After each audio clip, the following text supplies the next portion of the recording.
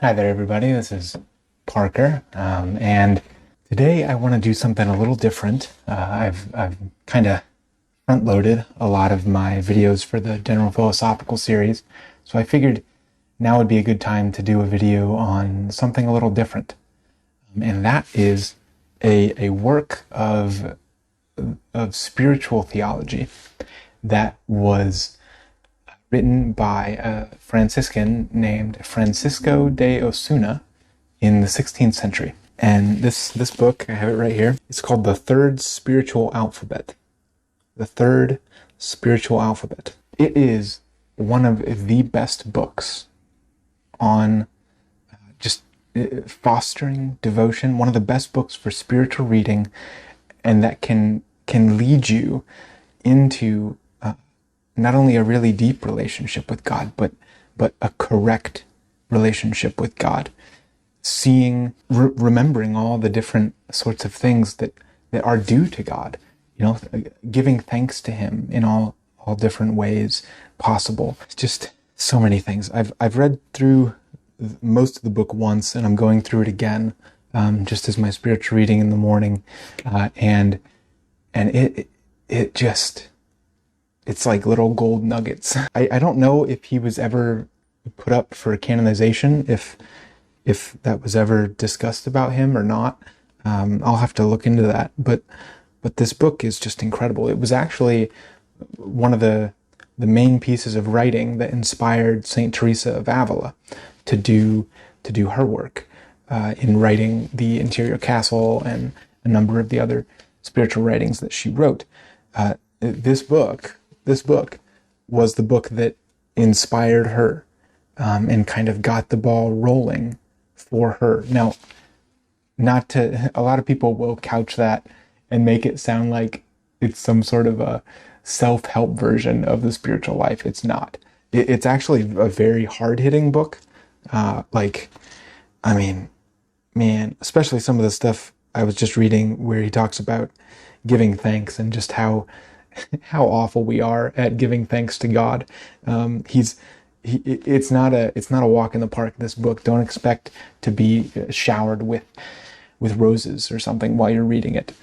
He pulls no punches, let's say that, to the reader. And I think that's good, because it humbles us while we're even reading it. And it is just a wonderful, wonderful work. So if you haven't ever heard of this book, again, I'll show it here, Francisco de Osuna's Third Spiritual Alphabet. If you haven't heard of this book, I would just suggest that you check it out. Maybe get it from the library or something if you can find it. I think this published version, it's the Classics of Western Spirituality, that sort of series. I forget who the actual publisher is, Paulist Press. This is actually the only version of this book in English, as to my knowledge. This is the only version of this book in English. It was originally written in Spanish, so if you know your 16th century Spanish pretty well, you can probably read the original. But as far as I know, this is the only English version, so it's definitely something to take a look at. I want to go through really quick just some of the reflections he gives in his first chapter, because they're beautiful. The first chapter of the first treatise is called, "Is Communion with God Open to All?" Is communion with God open to all? And spoiler, he says yes. Communion with God is open to all. And he says friendship with God is possible in this life. Friendship with God is open to everyone. And friendship with God requires particularly that we set our sights on God. Set our sights on God and Him alone. Okay?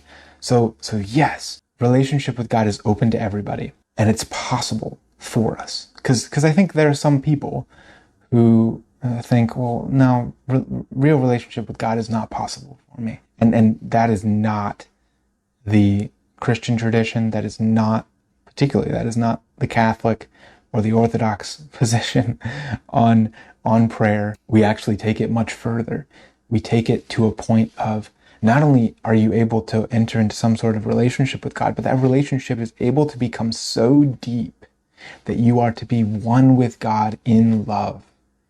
One with God in love. And the Church Fathers would call this theosis, or the Latin version of that would be divinization.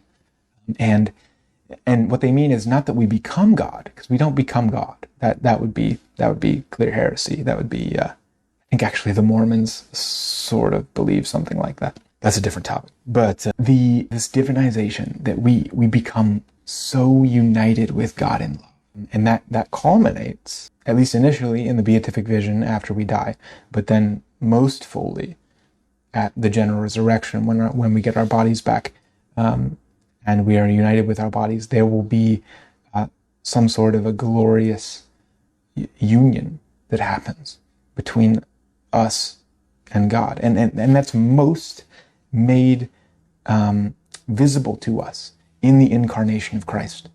In the incarnation of Christ. This is why the incarnation is so important, and particularly, I've talked about this, but I want to emphasize it, particularly in the Franciscan tradition. This is why the incarnation is so incredibly important. Why Francis, in many ways, put the feast of Christmas above the feast of Easter in many ways, because he sees the incarnation as having been inevitable. The incarnation would have happened no matter what, no matter whether man would have fallen or not. Or I guess Francis didn't necessarily take that, but we don't know that, but more Blessed John Duns Scotus took that view, and later Franciscans take that view.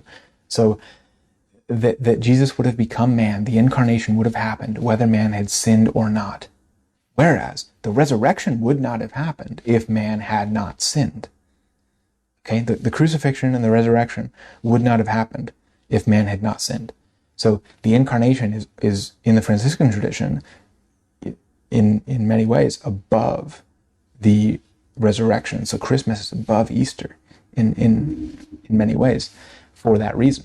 And what ties this all together is our bodily nature being so good because we are made in the image of God, especially in that, not just our souls being in the image of God, but our bodies being in the image of God, because God from all eternity planned to become man. And so Adam was actually formed in the image of Christ, not the other way around. And it's fascinating stuff. But what happens is that you take that to its conclusion at the end of time, at the general resurrection. And when we are resurrected, we are made one with Christ in not just our souls, as will happen in the beatific vision, but in our bodies as well. We are made one in our bodies, and with him in our bodies, and because we share human nature to the full, to overflowing at that point. And it's just so wonderfully beautiful, I think, the Franciscan tradition on this point. Now, I don't know what the Eastern traditions say about this. I know a lot of Eastern Catholics like the Franciscan tradition for these sorts of reasons, but I would have to consult with some people about that. But yeah, he says, this friendship with God is possible in this life. But how do we make that happen? We set our eyes on God alone. We set our eyes on God alone. That is the beginning. That's the beginning of the spiritual life, of a real, true prayer life. A real, true relationship with God is being able to set our sights on God alone. Pray that I might be able to do that more, and I'll be praying for you. All right. Remember Francisco de Osuna's Third Spiritual Alphabet? It's a big book, but it's well worth the read. It is well worth the read. He has, my goodness, it's long. It's about 600 pages, and he basically takes the alphabet, and he's using Spanish words so that the English translation doesn't exactly match up, but he uses the alphabet. And he goes through all the letters of the alphabet, kind of by these different. He brings these different points along with him. It's like a like a mnemonic device, basically, to remember these things. And it's again, it's just a wonderful work. So I would ask you guys, if you're interested, take a look at Francisco de Osuna's Third Spiritual Alphabet. Again, you can find it Paulus Press, the Classics of Western Spirituality series, and yeah. So I'm hoping to do some further videos on this book in particular. It'll be a while till I get to them, because I want to really read through the whole thing, take really good notes, and then compile those notes so that I can present it to people in a meaningful sort of a way. I'm also planning to do this for St. Bonaventure's Breviloquium. I'm about halfway through on the notes taking and the compilation for that. That is also just a really underutilized work that I wish people knew more about. His Breviloquium, so this will be a little bit of a promo for that. His Breviloquium is basically, it's the Summa Theologica of St. Thomas Aquinas, but it's like St. Bonaventure's version of it. And whereas St. Thomas's Summa Theologica is, these are 2 volumes of it here. It's a really long work. Aquinas's work is really long, but Bonaventure's is 300 pages. It's not that long, and it's pretty easy to read too. He much more writes. He writes much more like a church father would, and he comes a lot from the Augustinian tradition, and takes a lot from other church fathers as well. He's not as influenced by Aristotle as, say, Aquinas or Scotus are, and I think in that way he's a lot easier to read. So I'm hoping to go through that at some point with people, to make some videos on that. So keep an eye out for it. Hopefully here within the next few months we'll be able to get that started. So yeah, all right. God bless you guys.